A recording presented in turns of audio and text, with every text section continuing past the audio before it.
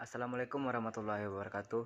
Perkenalkan, nama saya Panji Setia Putra, NIM 18053018. Di sini saya akan memenuhi tugas dari evaluasi hasil belajar ekonomi bersama Ibu Desi Susanti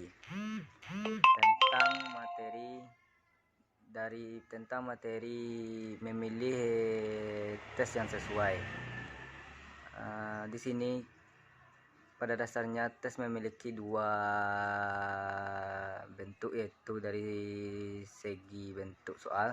Yang pertama yaitu tes esai.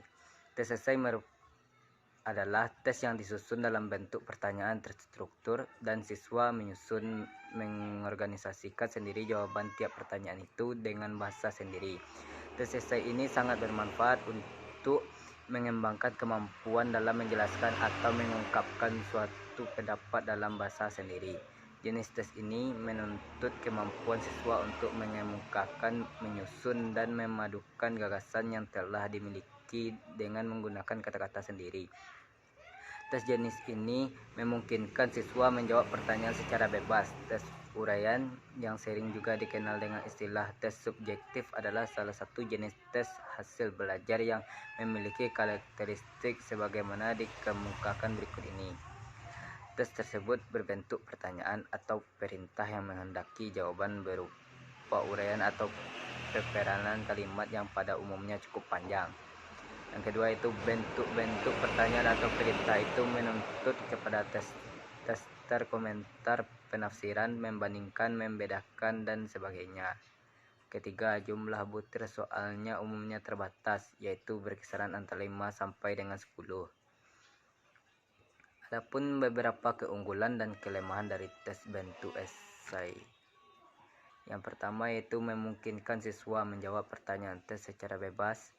Dan yang kedua, memberi kesempatan kepada siswa untuk meningkatkan kemampuan hal menulis, mengatur ide-ide atau jalannya pikiran.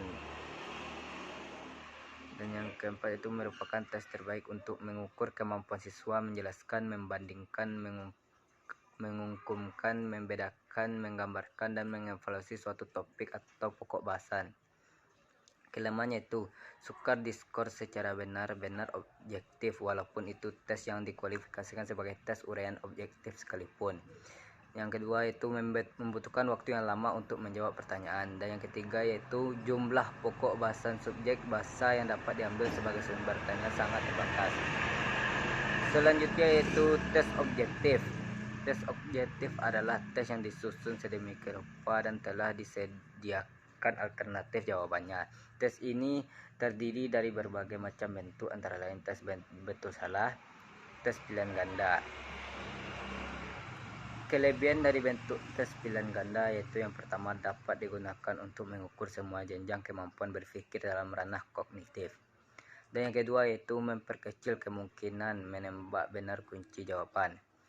Dan yang ketiga yaitu dapat dibuang menjadi banyak ragam variasi bentuk, yakni variasi banyak jawaban, variasi pernyataan tidak lengkap, variasi negatif, variasi pengganti, yaitu variasi alternatif yang tidak lengkap, variasi jawaban terpadu.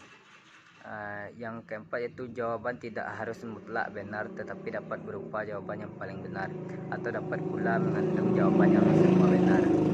Yang kelima itu dapat digunakan untuk pada semua jenjang sekolah dan kelas. Dan yang ketujuh dan keenam dapat diskor dengan sangat objektif. Yang ketujuh dapat diskor dengan mudah dan cepat. Yang kedelapan itu ruang lingkup bahasa ditanyakan sangat luas. Adapun kelemahannya itu pokok soal tidak cepat cukup jelas, sehingga terdapat kemungkinan ada lebih dari satu jawaban yang benar.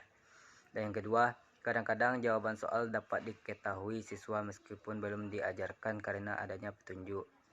Dan yang ketiga yaitu sampai suatu tingkat tertentu, keberhasilan suatu jawaban dapat diperoleh melalui tebakan. Dan yang keempat yaitu sulit membuat pengecoh yang berfungsi. Dan yang kelima itu membutuhkan waktu yang lama untuk menulis soal-soalnya. Dan yang keenam, siswa cenderung mengembangkan cara belajar terpisah menurut bunyi tiap soal. Sekian dari materi yang dapat saya sampaikan. Assalamualaikum warahmatullahi wabarakatuh.